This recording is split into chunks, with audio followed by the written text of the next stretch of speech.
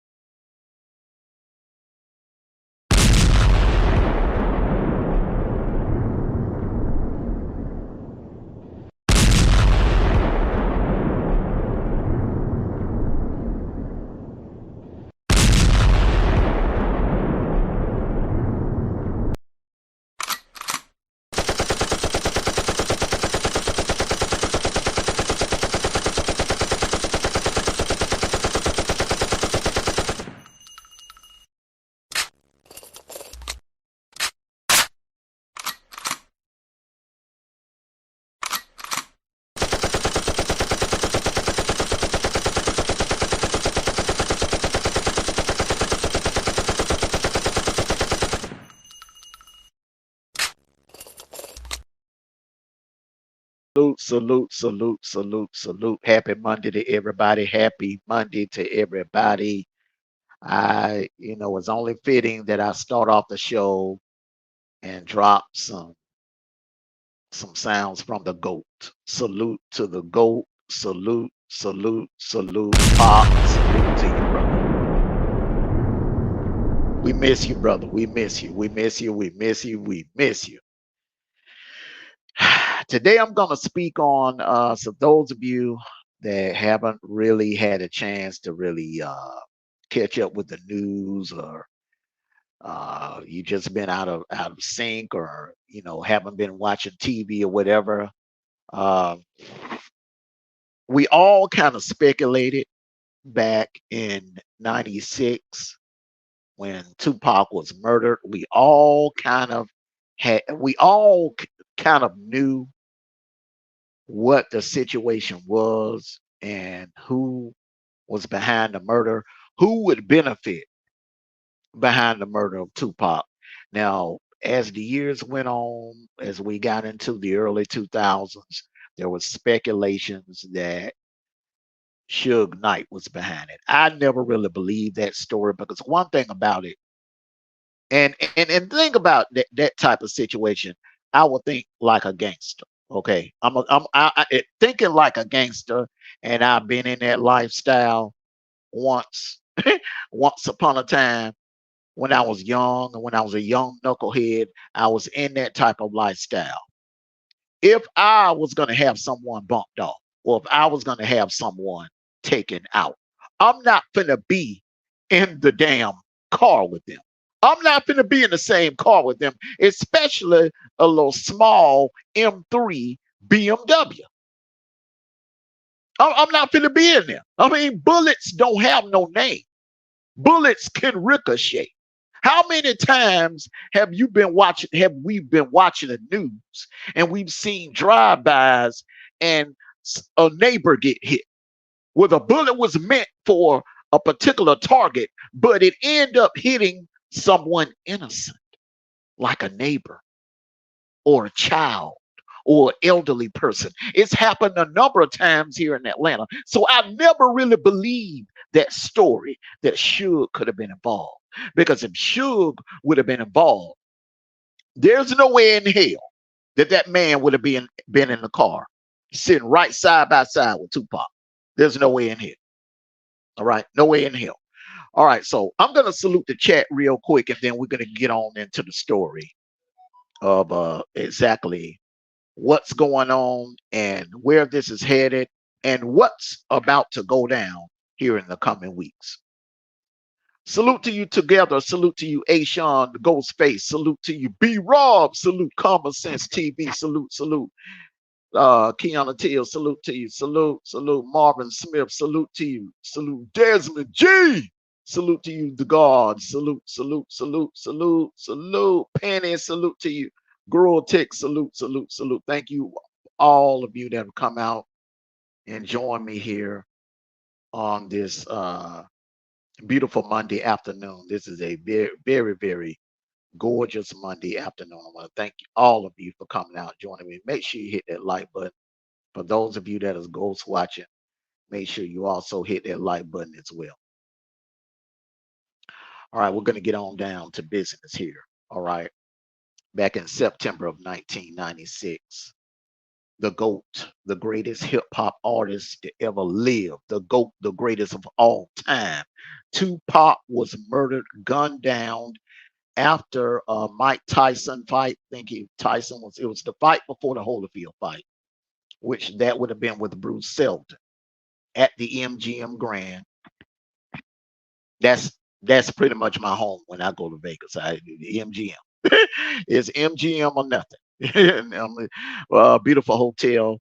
After the fight, a fight broke out in the lobby area, and Orlando Anderson, which was a member of the Crip gang, which was a street gang out of Compton in South Central LA. Um, he got beat down pretty bad. That guy, Orlando Anderson, was the nephew of Keefe D. Keefe D is the guy that you see on the thumbnail. Keefe D is the last living individual that was in the vehicle. Now, as you all know, salute to you, Slam Dude. As you all know, 4 individuals were in the car. And it was a white uh, Cadillac STS. Okay, those were pretty popular back in the 90s. Those type of Cadillacs, but it was a white Cadillac STS pulled up on the side of Pac and Suge Knight, and according to Keefe D, the shooter was Orlando Anderson. According to other witnesses, there was a guy in the back seat, a guy that sat on the left behind the driver was the actual shooter. Now, Keefe D was the mastermind planner. He got the guys, he rounded up the guys to do the job and to bump off Tupac. Now, Keefe D, gang leader, Southside Crips, and a alleged notorious drug dealer. Okay, pushing much weight in the Compton area. Okay, had ties to P Diddy, and which we all know P Diddy is also has ties to the Crips. He, that's most of the colors he wears are black. The reason why most of the colors he wears are black and blue. Reason why he's affiliated. He's always been affiliated. Um, this right here is a situation of an individual that wants to be an executive, that wanted to be a music mogul, but couldn't let the streets go. He couldn't let the streets go. And this way a lot of people, a lot of guys that were in the hip hop industry, salute to you, legend, that were in the hip hop industry, ended up in prison, ended up behind bars. A number of them ended up behind bars. You got Shine, Mystical, C Murder is still serving time in prison because they could not let the streets go. When you are blessed with the opportunity to make that kind of money. You're a millionaire, you're on millionaire status, and you're in the studios and you're making music. You let the streets go. All right. But these individuals, they could not do that.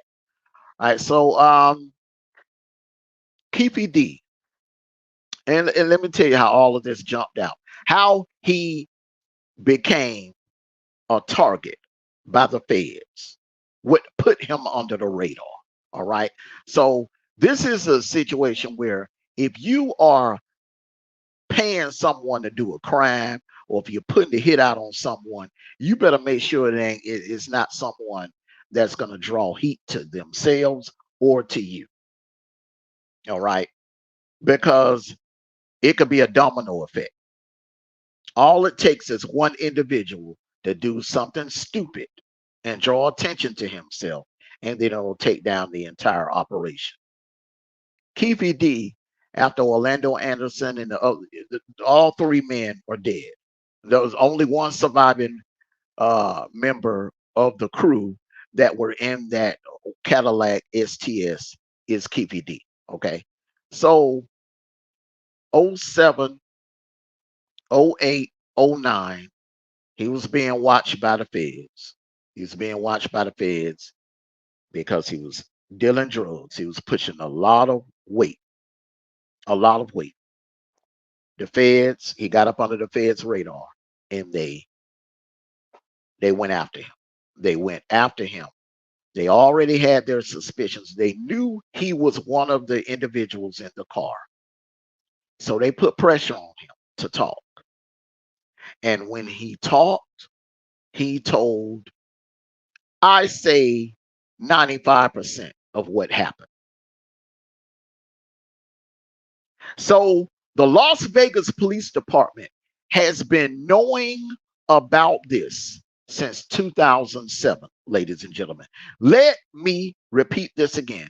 The Las Vegas Police Department and the Homicide Division has been sitting on this information since 2007, and I am going to explain the reason why. It was pretty much a setup. They knew this man was going to do something stupid. He was going to do something reckless. He was going to get thirsty and start running his mouth. Another thing, when the police pull you in and start talking to you and throwing out deals and options to you, you have to have some type of knowledge about the law, or you will get confused. Keefe D got crossed up in that interrogating room. He got confused. He thought they was giving him an immunity. I remember watching Death Row Chronicles when they interviewed Keefe D back in 2012. I believe it was 2012 when the Death Row Chronicles aired on BET.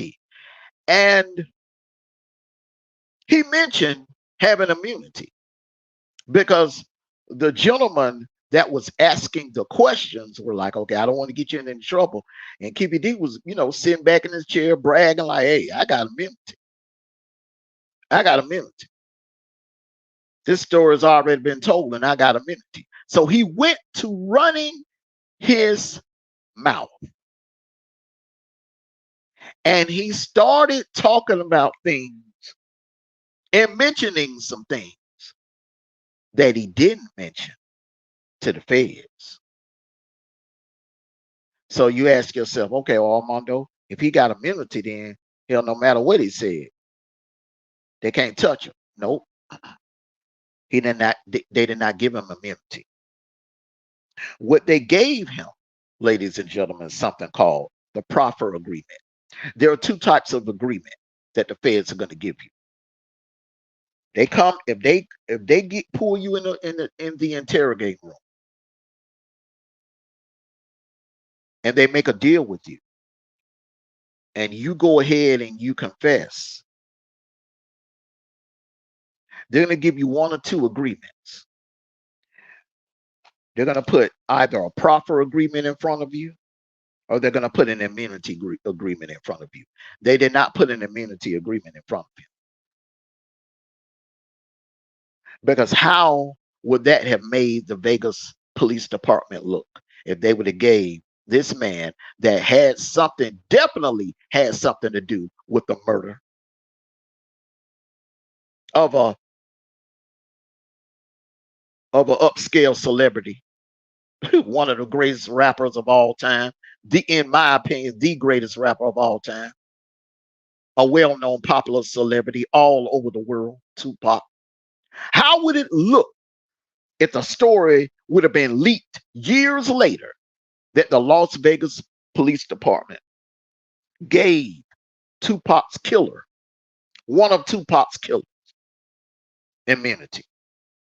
It would have been rioting all over the streets. Can you imagine if you thought George Floyd, you thought shit got out of hand with George Floyd, it would have been worse if that would have happened. So what they did was they crossed them up, they gave them a proper agreement, which actually confused him.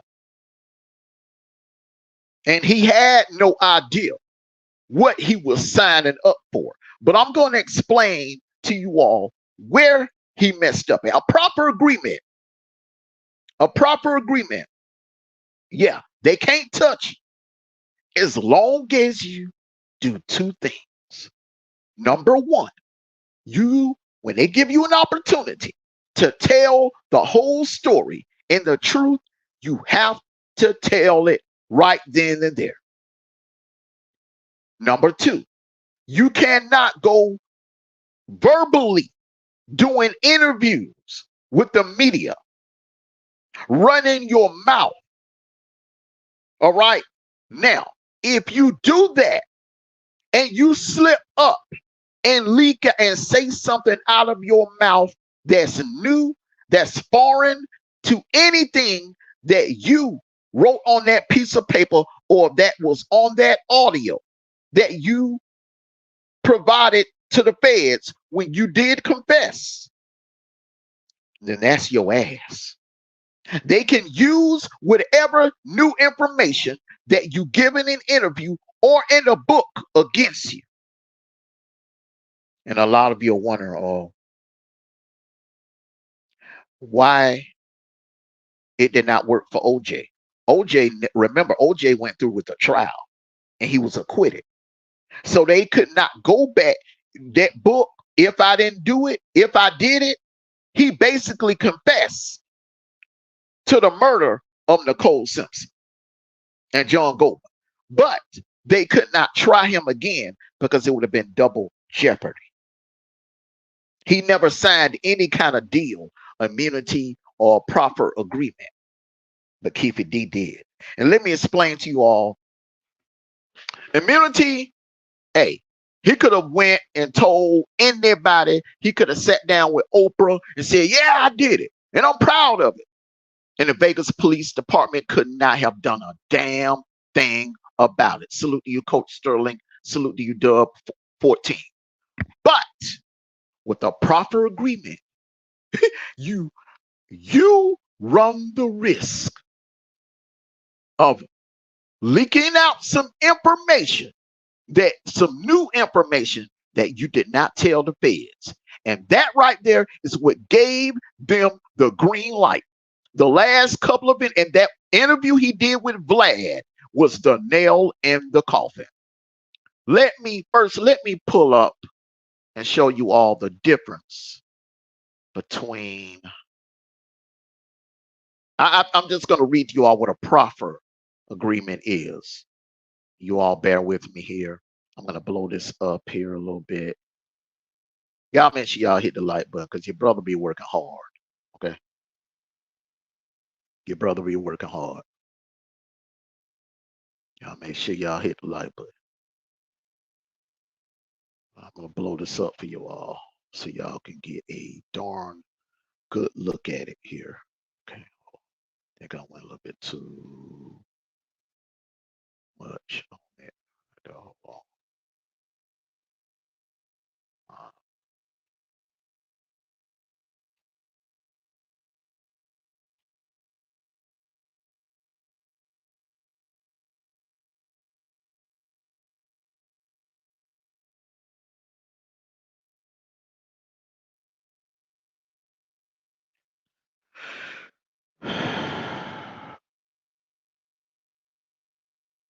Okay, this thing was acting fine a minute ago.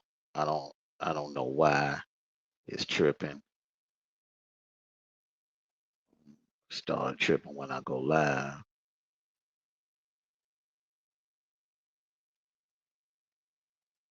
This is one of those sites with a million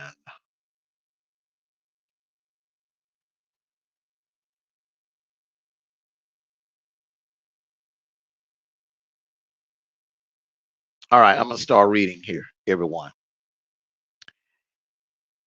Keefe D confessed to his involvement in Tupac's murder in a proper session. Okay, what they did was they brought him in and through the Los Angeles Police Department. Vegas launched it through the Los Angeles Police Department because that is exactly where Keefe D resides. In 2009, Los Angeles police interrogated Keefe D in connection with rapper Biggie's murder. All right. So they were looking at him originally for Biggie's murder. All right. So murder in the proper meeting. During the interrogation, Keefe confessed to being involved in Tupac Shakur's murder in 1996. The gangster told police about Orlando Anderson, his nephew, whom he claimed was Tupac's shooter. In a recording of the LAPD interview, Keefe was heard telling police, Anderson leaned over and rolled down the window and popped him. He added that at first, Keefe himself attempted to shoot Tupac, but his aim was not accurate. So he handed over the gun to Orlando, who then fired shots. All right. In 2019, retired LAPD detective Greg Kading, who was on the investigating team of Biggie's murder case, proclaimed to CBS News that Los Angeles that Keefe confessed to his complicity in Tupac's shooting during the interrogation related to Biggie, aka Notorious B.I.G.'s murder. Keefe D has also elaborated on what led to Tupac's shooting and how it was executed in a string of interviews with multiple outlets, most of which were with Vlad TV. His Nevada home was raided on a warrant and as part of the ongoing probe into Tupac's death. Considering the case is nearly 3 decades old, speculations were made about the real intention behind the sudden raid. While some thought it was an attempt on the investigators' part to initiate a proper prosecution, others believe that it could only be a formal proceeding to push for a plea deal and eventually close the case as soon as possible. American journalist DJ Blad revealed in a recent sit-down uh, with a Bomb First podcast that the police sent him multiple emails and called him several times regarding his interview footage with Keefe D. However, the journalist refused to cooperate with law enforcement, stating that his platform, Vlad TV, would not be used for incarcerating its guests, even if it was at the cost of legal battles. So Vlad did not want to turn over anything, no footage, anything.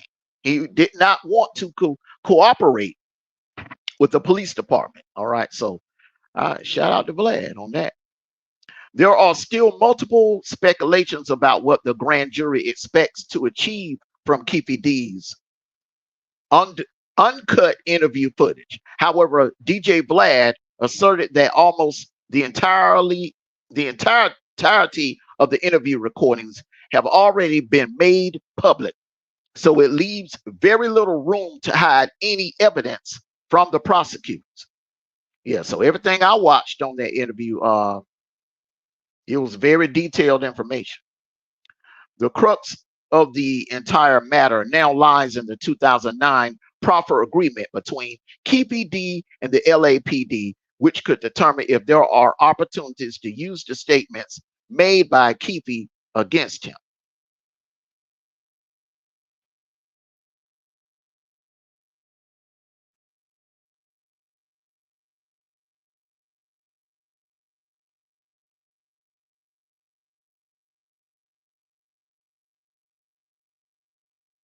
Now, let me explain to you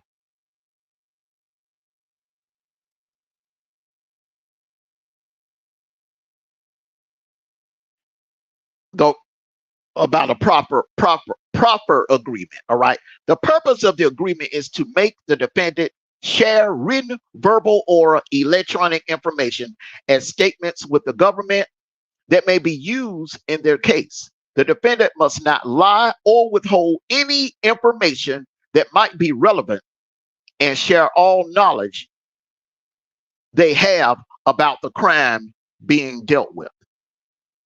Can't lie. Don't lie and don't run your mouth. And he would have been a free man for the rest of his life. According to the agreement, whatever the defendant says during the session cannot be used against them. However, if it is later found out, listen to me real good, everyone, ladies and gentlemen.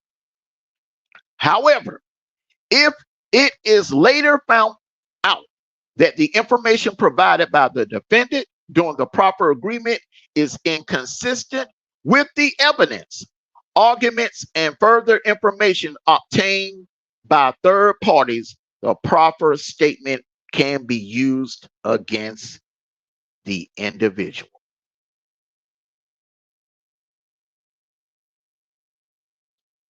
So there you have it. There you have it. Salute to you, 20s Princess LL. Salute to you. So, for those of you that don't know, let me explain something to you. Keefy D is currently suffering from cancer. Okay. After the raid, of course, his drug operation got shut down. So therefore, think about it. You're a man. At the time, I think he was what, in his 40s, in his mid to late 40s. So a few years go by, he gets diagnosed with cancer. So you got cancer. The only thing you know is hustling on the street. So you're not able to sell drugs because the feds are watching your every move. You have the proper agreement hanging over your head. So you need money. That cancer medication is not cheap. So you need money, all right, to eat and to live, and for the cancer medication. So what do? He goes, he writes a book. That does okay, but it's still not enough to live off of. So he gets bold, and he starts doing interviews. Now, he thought he was signing an immunity agreement. What he did not understand is he signed a proper agreement. He thought they were the same thing. He thought a proper agreement and an immunity agreement was the same thing. They were not. They were not, sir. They were two different agreements. The proper agreement, that one right there, you cannot go doing interviews because you run the risk of running your mouth a little too much and leaking out some information that you shouldn't leak out. And that's what happened during that Vlad interview. That's exactly what happened. He leaked out some information, some new information that could be used against him.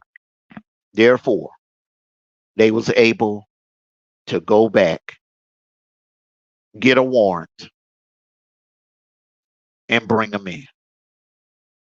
Now, if a lot of you, if some of you that haven't seen the Death Row Chronicles, if you have BT Plus, go check it out.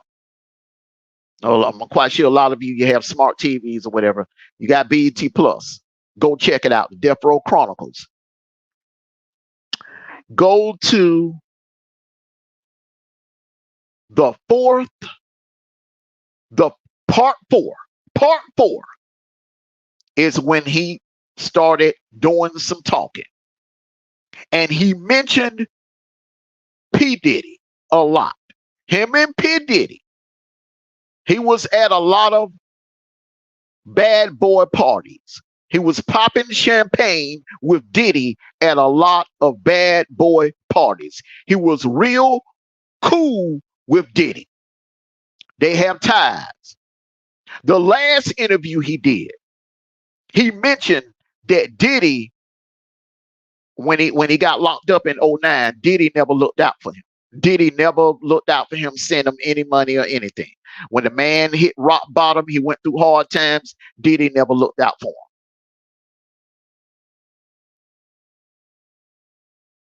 Word on the street is that allegedly, Diddy paid Keefy D $1 million to take out the hit on Tupac. Here's the problem. This man is facing life in prison with no chance of parole for conspiracy, for murder. They're going to put him away for life. The only way that he can see daylight ever again in his life, he's going to have to give up the person that ordered the hit.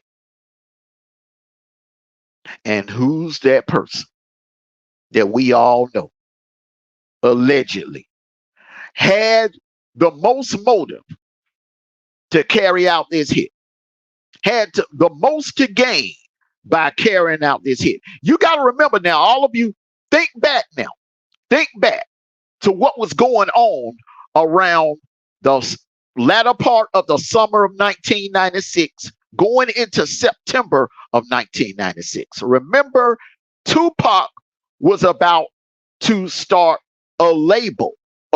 There was going to be a Death Row East. They were about to start up a Death Row East in New York. Can you imagine? Can you imagine now if Tupac would have launched that Death Row East record label in New York? They would have taken over. They already had the West Coast on lock. I know down here in the South, we were pro Death Row. We were pro West Coast. Southern Cali and rappers from the Bay. If we weren't listening to Death Row, Dr. Dre, Snoop, we were listening to E40. We were listening to Spice One. Too Short. Listen, the West Coast had the Midwest, the South on lock, the Southwest and the Southeast on lock. So what other territory was left? Salute to you, Real Mad, Marvin Smith, Tamika. Salute. Welcome to the broadcast. What other territory was left? The New York territory. Had that man would have lived and not got murdered, P. Diddy would not be as successful as he is now. Bad Boy would have been kind of like what happened with No Limit when No Limit ran things from 97, 98, then they fell off in 98 because of Cash Money. That is what was going to happen. That was what would have happened had Tupac would have lived and would have started Death Row East. Because remember, Pac is from the East Coast. He was from the East Coast. So he had some younger artists that were going to be coming up on them. You know what number one of those artists were? 50 Cent. 50 Cent was one of the young artists from New York that would have been signed to that label. Y'all hit that like button. It would have been over. It would have been over. Salute to you, Steph. It would have been over. Slump Gang, salute to you. It would have been over. Because remember at that time, you had other artists, Faith, Total, But Total was not really, they were battling with SWV, they were battling with TLC, they were battling with Jade, and Escape was taking over. Escape was on the rise. So Total, a lot of people don't really remember Total. There was one song they put out, two, Can't You See and Kissing You. Those were the two hits that I remember from Total. Other than that, they weren't really that big of a group. Junior Mafia was going to end up rolling with Biggie. Yeah, some of the Outlaws were from New Jersey. It would have been over, Slam. It would have been over. It would have been over. Exactly, the God, like how Cash Money took over New Orleans. Because remember, No Limit had New Orleans on lock. 97, 98, it was no limit, no limit, no limit. Everybody was rocking the Tank t-shirts. No limit, no limit. And all of a sudden, in 99, Juvenile come out. And then goddamn Lil Wayne them and the Hot Boys follow. Bag that thing up. It was it ran pretty much. They took over New Orleans, and that's exactly what would have happened had Pac not been murdered, and they would have launched Death Row East. So, with that being said, who had the most to lose from Pac living and launching that label? Diddy. Who had the most to gain from Pac being bumped off and Death Row East never being launched? Diddy.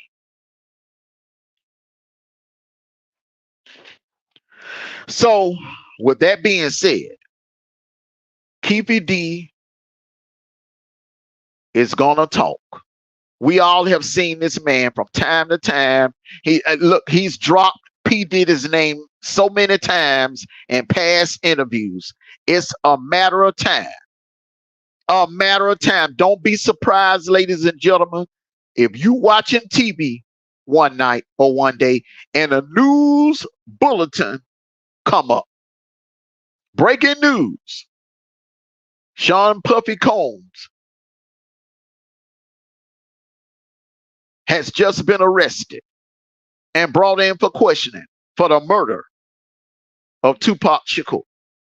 Don't be surprised. Don't be surprised.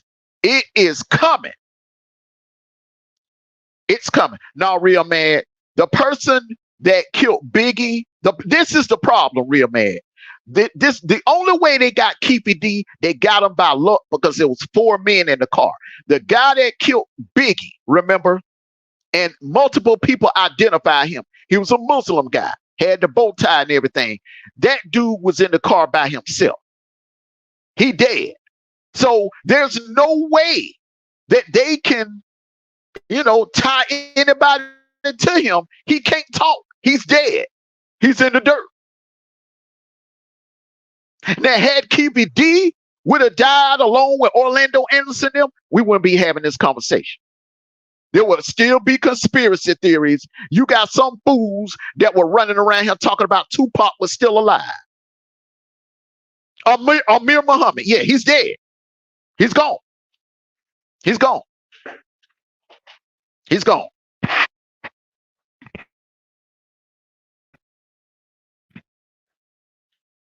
So without his testimony, without him being here to actually give us any information on who paid him to do it, we can only speculate.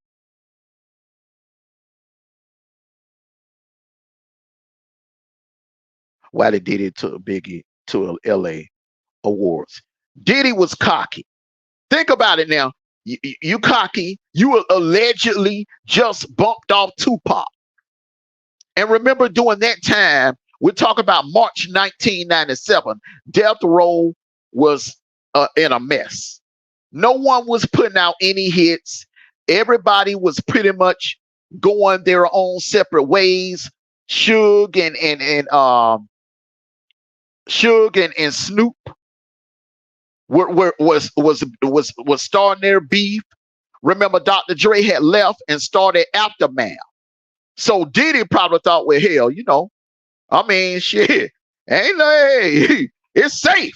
He thought it was safe because you got to remember the state that Death Row was in March of '97 was totally different than the state that it was in September of '96. September '96, Death Row was running things.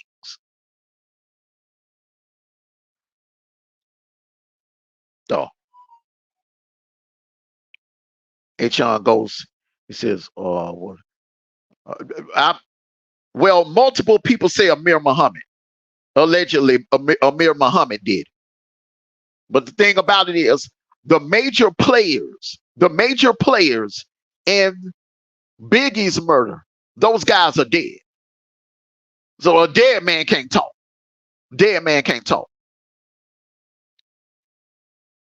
Slump Gang, do you think the feds are going to pick this case up? They already have, Slump. They already have. They're on top of this. They want Diddy. They want Diddy bad. They want him. They want him. They want him. Then they remember that shooting back in I think it was 99, 2000, something like that. The shooting at the club. Shine took the charge. Shine took the charge for Diddy, and Diddy walked. The late Johnny Cochran was the attorney. Y'all remember that? They were trying their best to get Diddy. They were trying their best to put him behind bars, but Shine took the charge. He took the charge. I don't know what Diddy promised him, but he took the charge.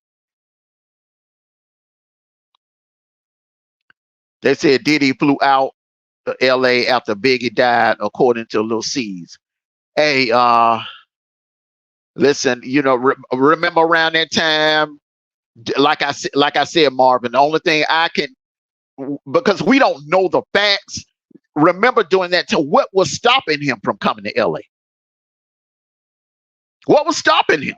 In March of '97, going into the summer of '97, if he flew back out after after Biggie was murdered, I mean, what was stopping him? Death Row was dismantled by then. Snoop and Suge were beefing. Dr. Dre had left.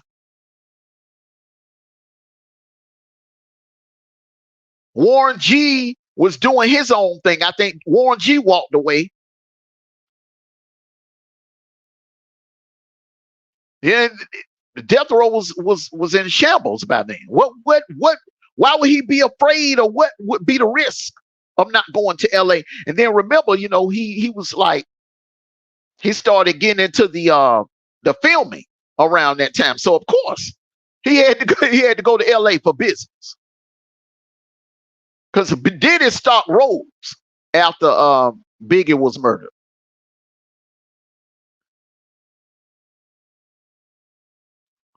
Stole that and let Biggie make Big Papa. Yeah.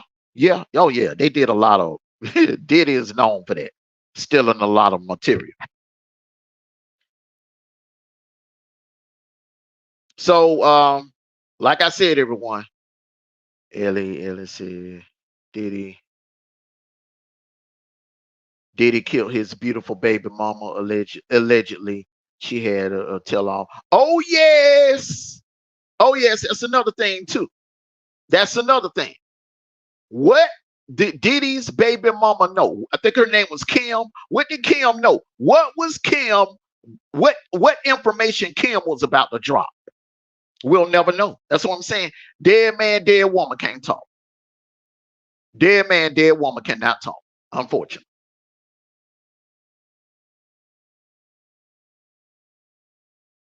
Yeah.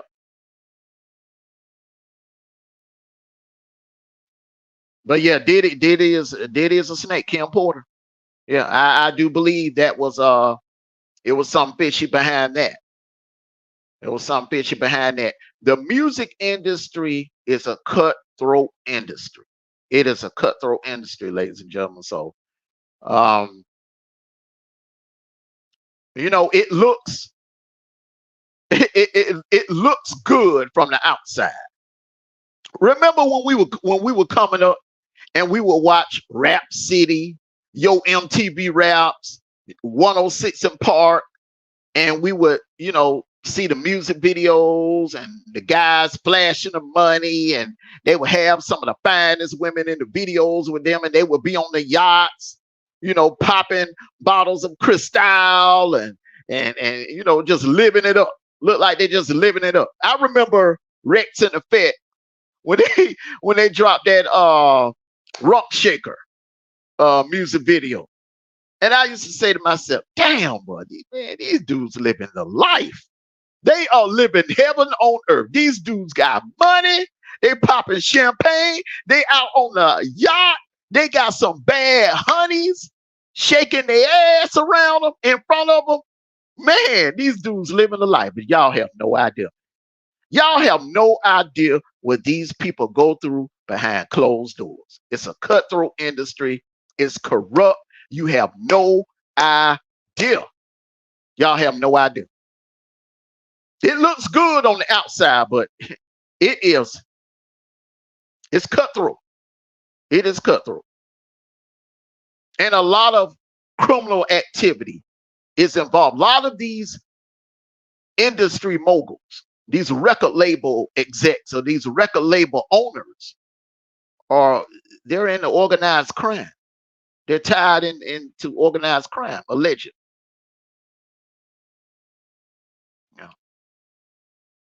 Hell, I mean, I even heard some stories about Motown and Barry Gordy's involvement in some things. Remember the Detroit, Detroit. I mean, so it's cutthroat. It is cutthroat. Yes, B-Rob, those were the good old days. Those were the good old days. BET days. Yes, sir.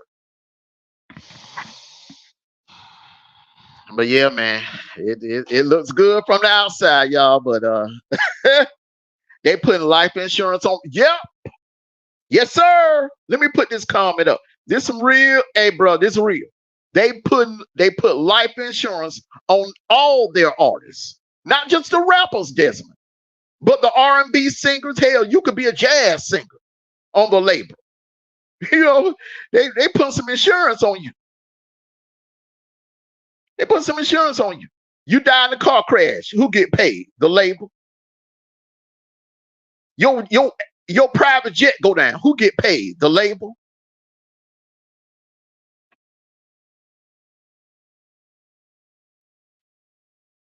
You get robbed, killed. Who get paid? The label. Who got paid when Biggie got murdered? Who got paid? Diddy, Bad Boy.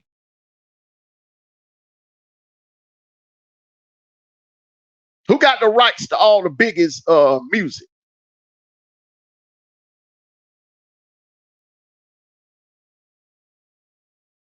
Who got the rights to all of that? Diddy.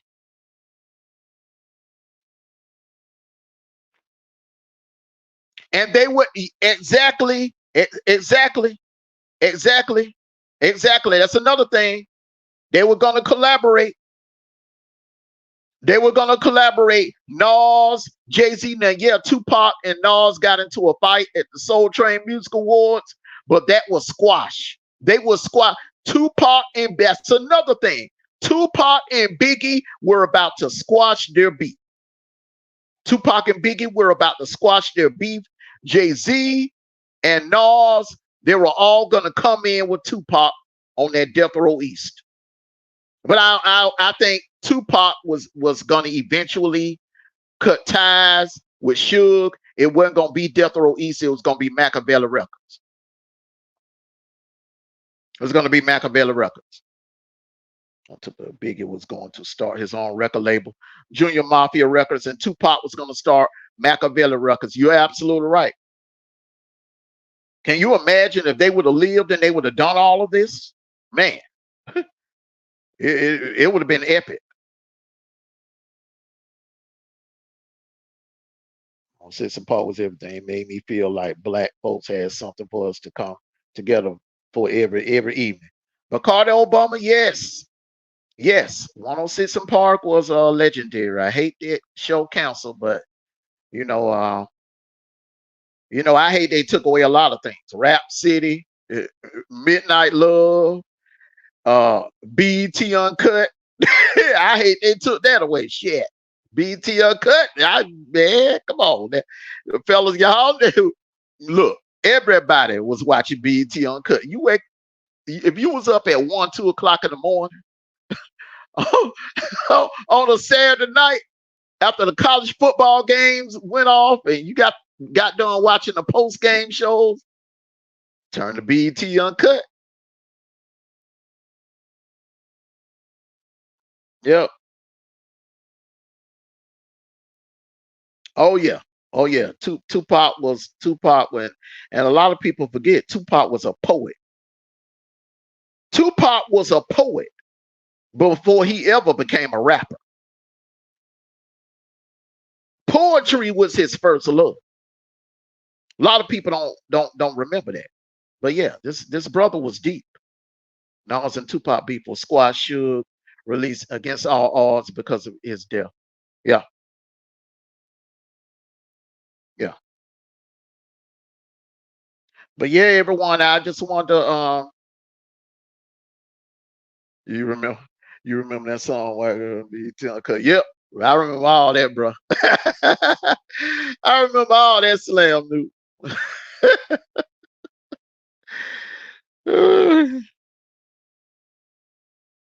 Did say it in the interview off that first album, and did say in the interview he didn't make no money off that first album. You know, Diddy does a lot of lying, man. P Diddy does a lot of lying, so you gotta take what he says with a grain of salt. But I tell you what, though, keep it deep in the sing like a bird, and it's about to go down, everybody. It's about to go down. So hey. Don't be surprised now. Just stay tuned now. Get your popcorn ready. Stay tuned, y'all. It's about to go down.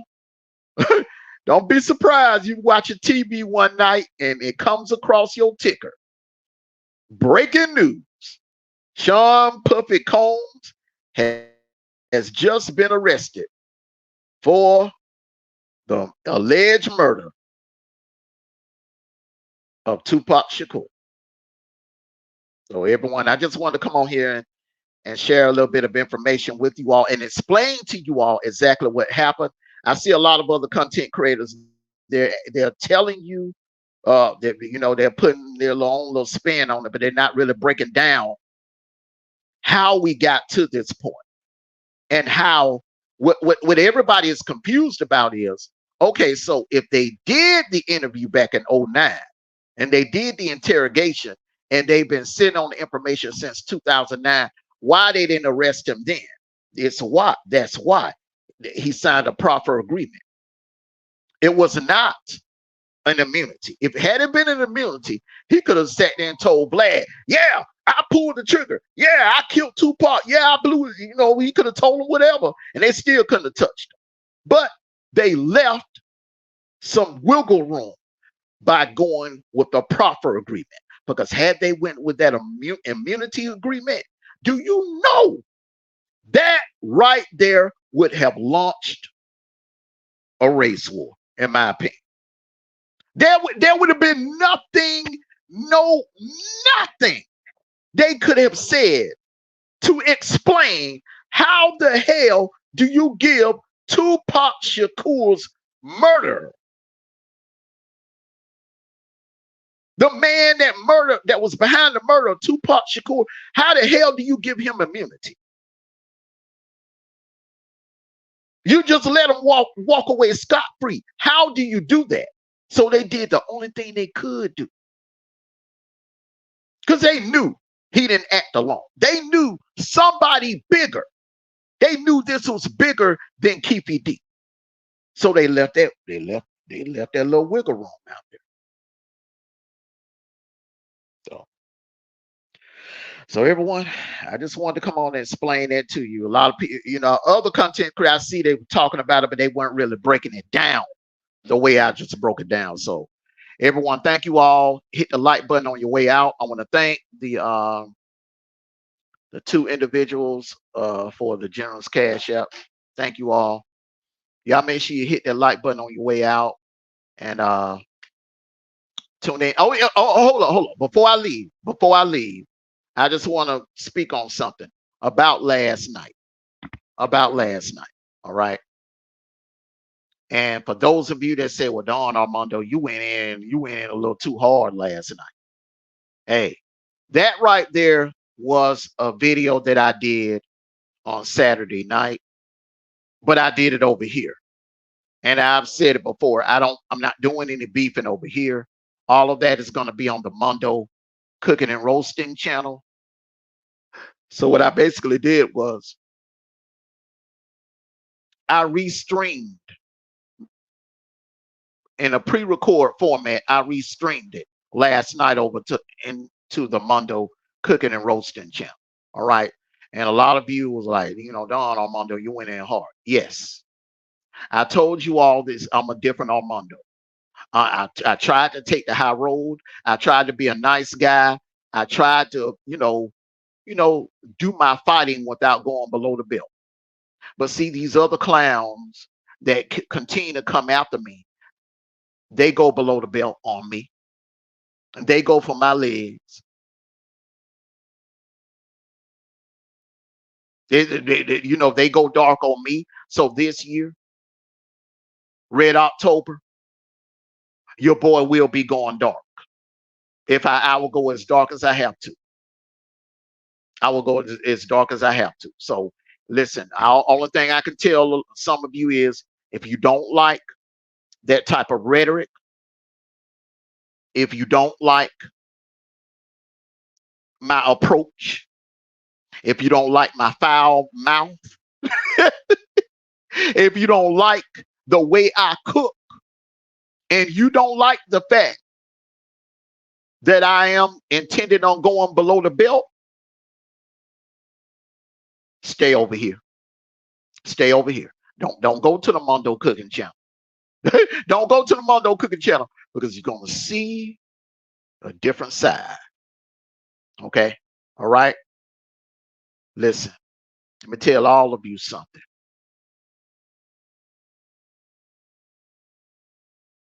There comes a time when a person gets tired. Okay? There's only so many times that you can turn the other cheek. There's only so many other times that you can just, hey, take the high road. I'm done taking the high road. And for those of you that are sitting there saying, well, it ain't, you need to love your enemies. You need to forgive your enemies. No. You see, I'm not God.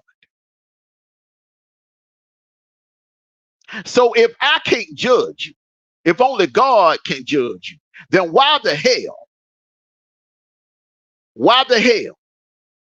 should I forgive you? Think about it now. A lot of you always say, well, only God can judge you. That's right. I agree. Only God can judge you. So if only God can judge you, then hell, only God should be the one to forgive you.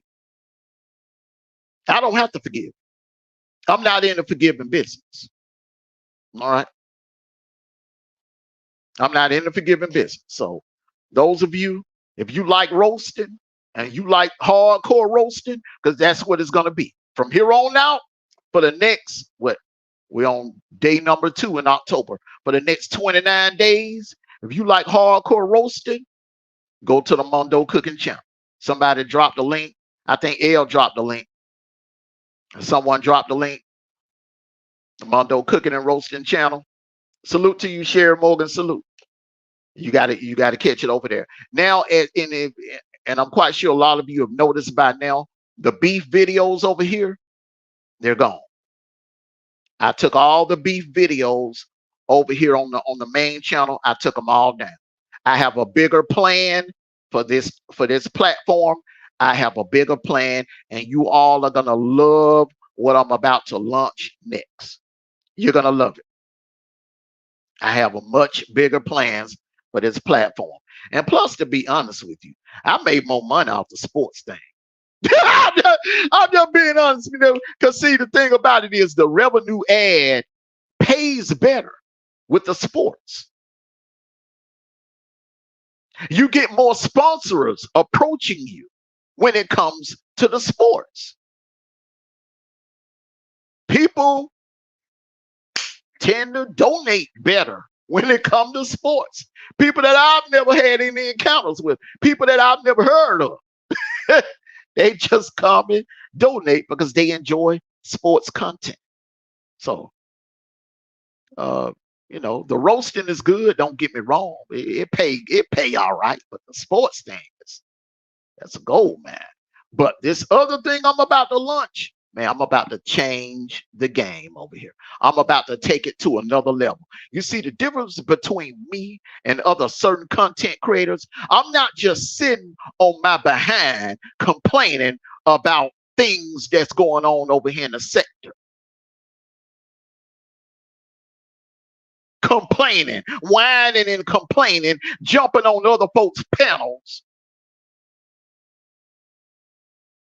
whining and complaining about, well, people don't come and donate money to me. And I'm talking real things. I'm holding real conversations. People would rather go over in Armando's chat and donate money to Armando because he's able to expose people. How do you figure that? That's not right. That's not fair. Why you all claim you love me and you support me, but you don't come in the chat.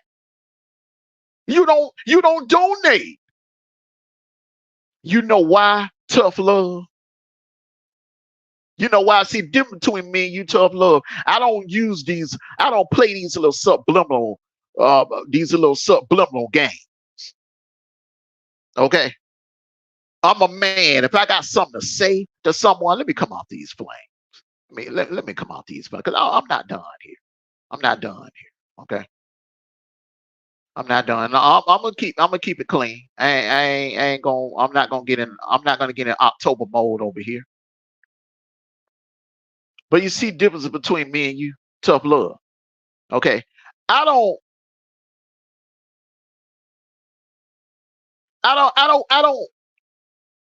one thing about I enjoy what I'm doing. When I come over here to entertain, whether it's over here on the Mondo Cooking Channel or the small channel, or when I'm talking about sports, it's fun. I enjoy what I do. I ain't doing this looking for something out the deal. You're doing this because you're looking for something out of the deal.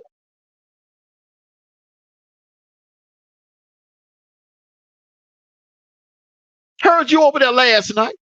Shout out to Selena. Salute to Selena.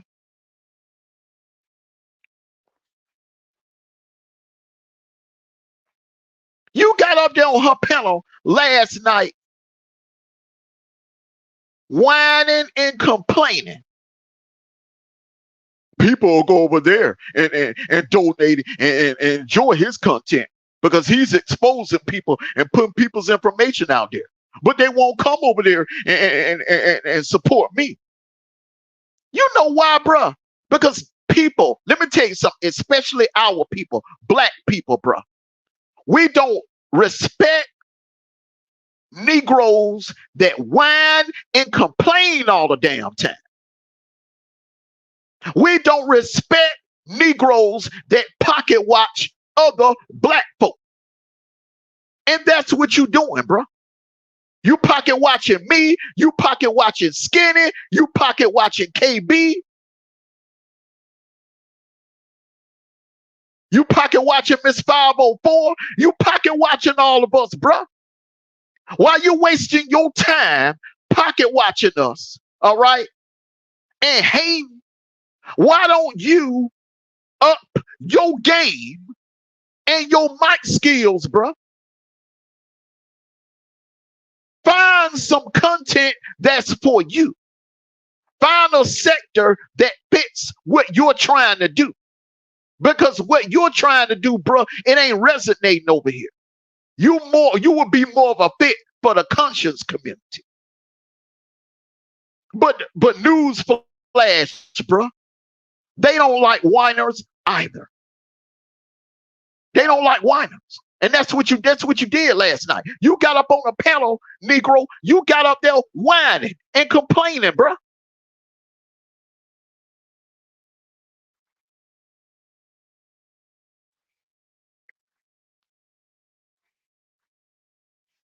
It's all about your content, man.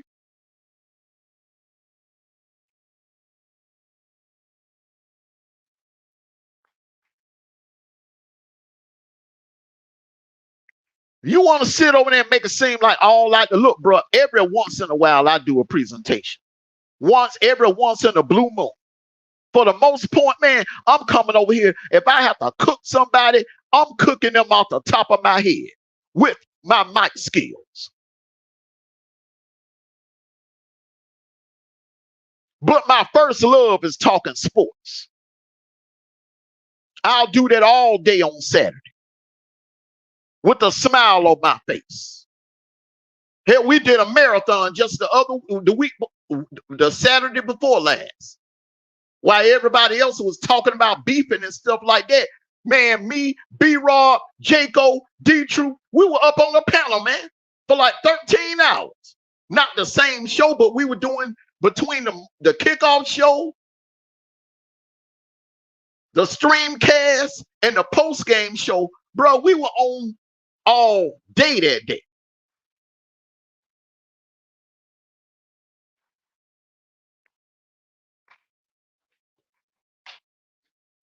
Black folks don't like whiners, tough love. And that's what you're doing, sir. You're whining and you're complaining. You went running to Selena, whining and complaining that people don't come over there and support you and donate to you, bro. That makes you look weak. That makes you look weak, bro. Instead of whining and complaining, jumping on the panel, whining and complaining, and to be honest with you, bro, you see that Selena is starting to pop. You see that her content is starting to pop. She just got monetized. You see a lot of people are starting to gravitate towards her. She has a nice following and people donate to her. Not pocket watching her, but it is what it is. Because I'm subbed up over there. I support her. It seems like to me, bro, that you are another TY. You jump on that woman's panel, bringing your problems over there to her platform. Same thing TY did a couple of nights ago. Jumped on her panel, bringing his problems to Selena.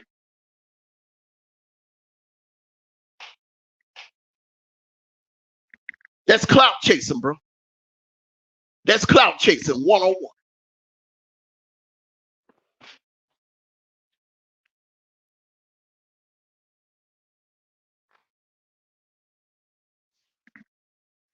That's clout chasing 101.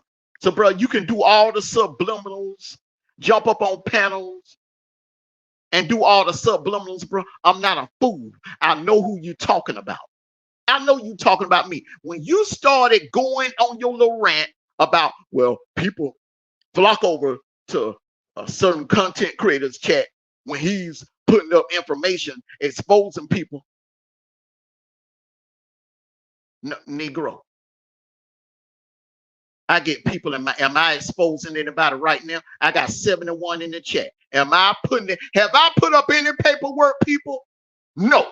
Have I put up anything, pictures, paperwork, anything, people? No. 71 people in the chat, bruh.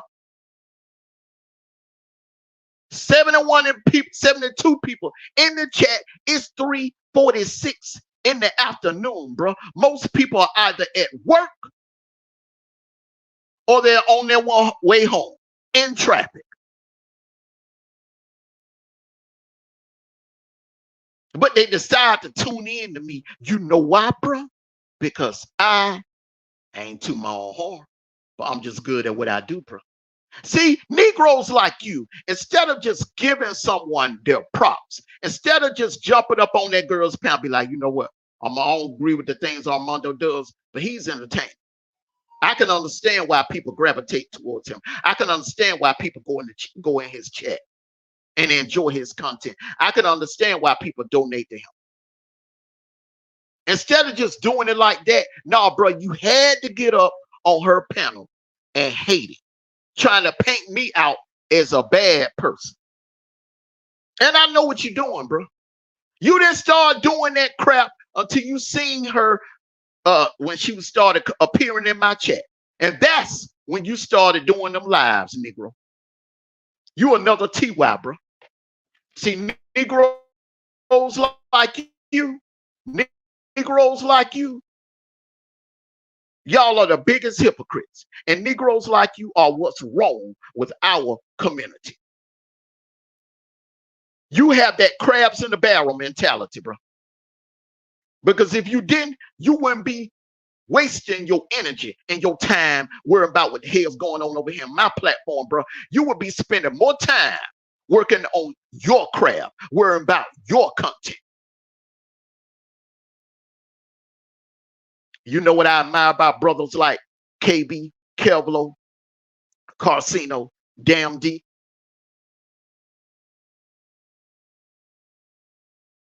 They don't pocket watch the next man. They don't sit there and worry about what the next man is doing. They have tunnel vision. They keep their eyes straight ahead and they worry about their own content. They focus on their own content. They don't be sitting there whining and crying, jumping on folks' panels, whining and crying, bitching and whining about people not why people won't come and support him or why certain people won't come. Bro, build your own audience. Go out, quit.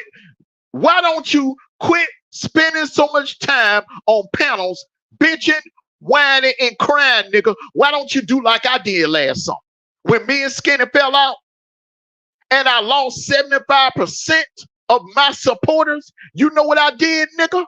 I went out and I networked with different other sectors. Black sector, dirty sector, Nile River, state gang.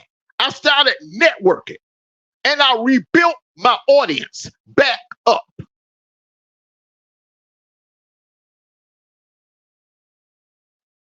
That's how you do it, bro.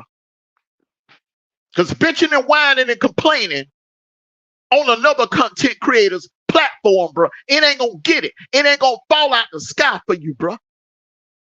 You got to do something about it on your own.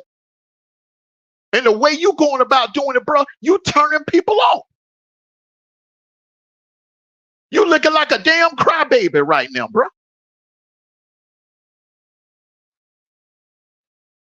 You looking like a crybaby.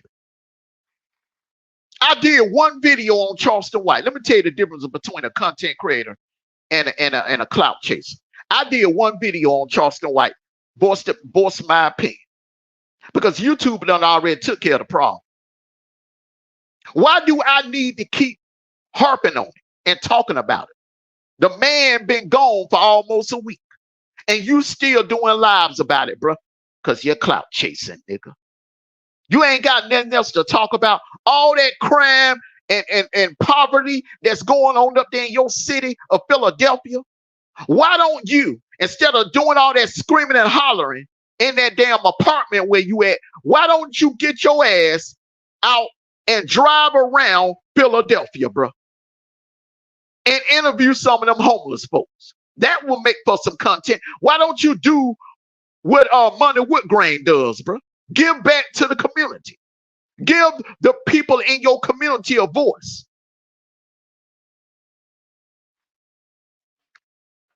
All that whining and complaining, bro, it ain't gonna change nothing. It ain't gonna get nothing done, bro.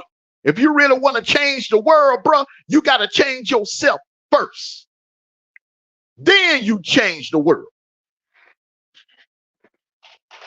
You're still doing the same thing you was doing when I first came to YouTube, bro. When I first came to YouTube, you was hopping up on panels, whining and complaining, bro. You ain't no different than damn TY and damn Random.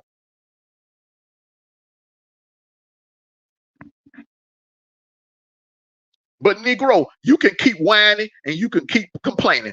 Watch what I do. Watch my next move, sir. Watch my next move. Watch how I bring change to the sector. Watch what I'm getting ready to launch. What type of content I'm getting ready to bring.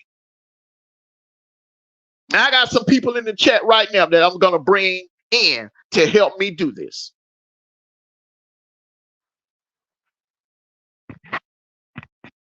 Salute to you together. We about to change the game in this sector. We're going to bring some real change to this sector that people can love and appreciate. So you keep whining and that ain't going to get nothing done, brother. That ain't going to get nothing done. They ain't going to get nothing done, bro.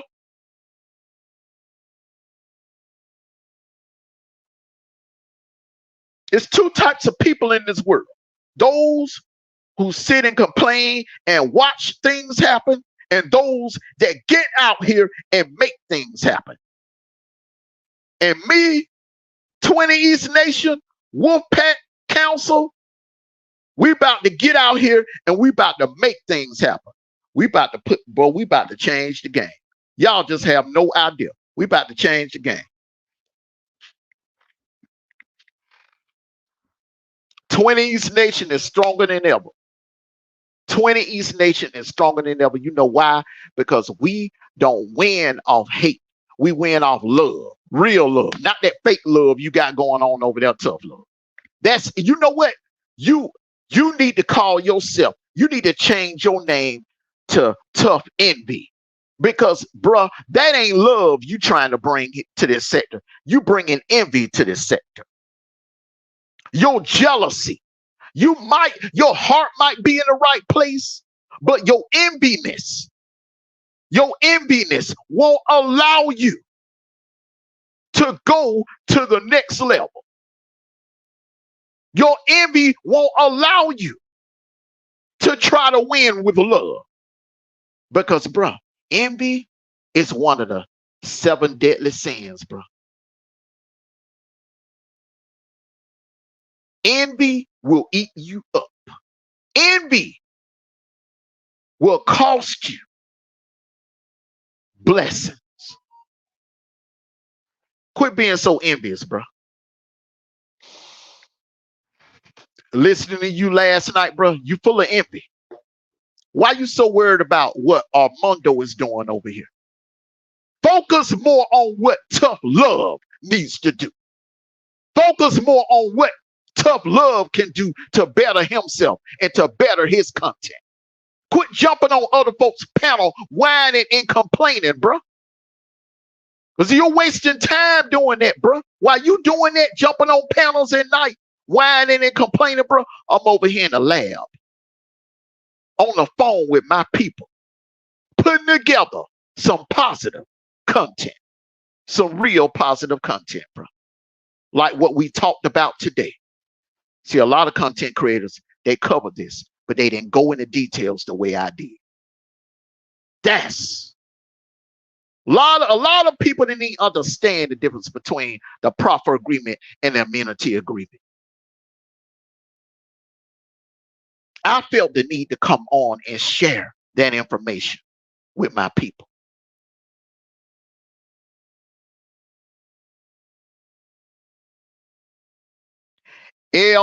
Envy. Straight up envy. The same reason why Random was singling me out. The same reason why the Leprechaun was singling me out. Envy and jealousy. Envy and jealousy. Envy and jealousy leads to hating. And that's all that was last night. Hating 101. Brother, you better than that, bro. You a military man. Uncle Sam teaches guys to be whining and complaining when things don't go his way, bro. Step up your mic game and your content. Bro, you know what I look, man. You know what? You're talking about you was and the thing about it, you know the sad part about Tough Love. You on a panel with a young lady that has brilliant ideas for content. She did a live last week about mental health and mental illness. I enjoyed it. I watched it all the way through. Watch it all the way through. She has great creativity. Why, instead of jumping up on the panel, whining and complaining to her, bro, why don't you exchange phone numbers, get on the phone with her and ask her to assist you with ideas for content? Because you getting on here, yeah, and Charleston White is a coon knucklehead. And I can't stand him. He getting everything he deserves. He don't need to be on YouTube talking about putting hits out on other folks' kids. You absolutely right. But bro, how many times you gonna talk about him? How many times you gonna milk that story, bro? YouTube done already took it. He gone. He gone. He gone, bro. He gone. He gone, bro. He gone. He gone, bro. He gone.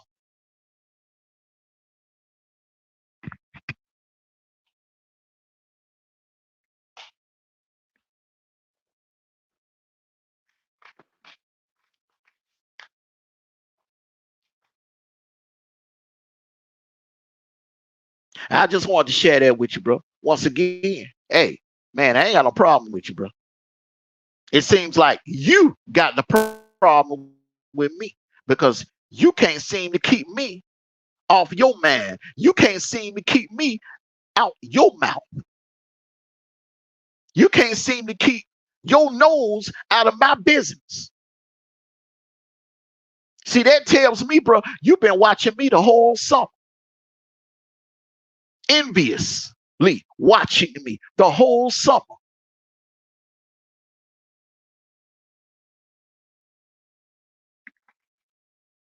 You need some content, bro? Get up out of that damn apartment, yell with all that yelling and screaming. I'm about to piss somebody off. Nigga, it sound like you pissed off. It seems like you sound like you ain't happy with yourself.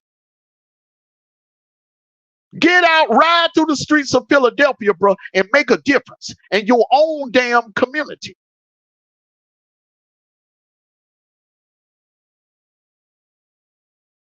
One thing I admire about Money Whitgrain, bro, he gives the people of his city a voice.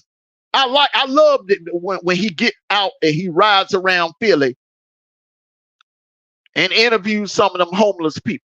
And then he put money in their pocket, bro. That's how they do it. That's how you do it. That's how you do it.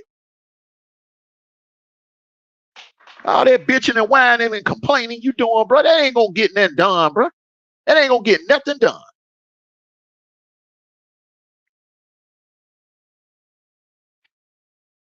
That ain't gonna get a damn thing done, bro.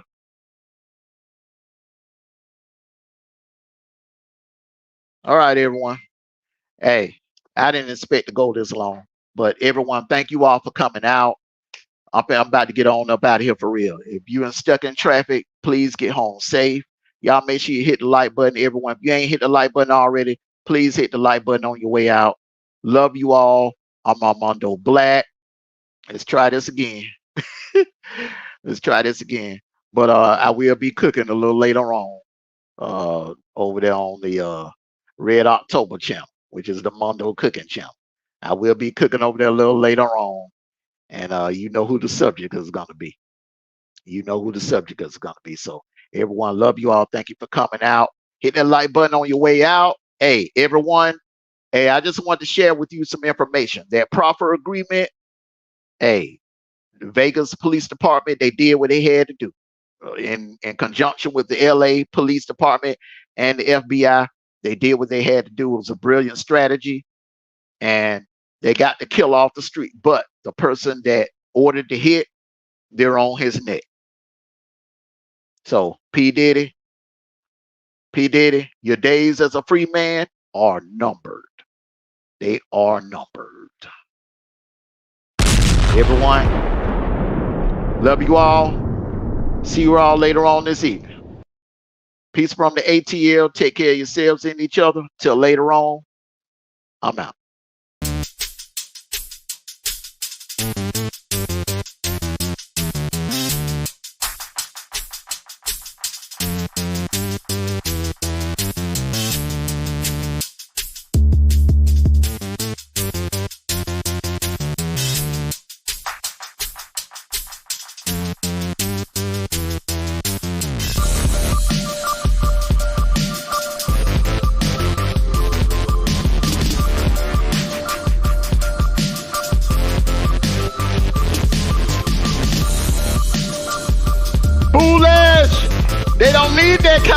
They don't need that kind of happiness.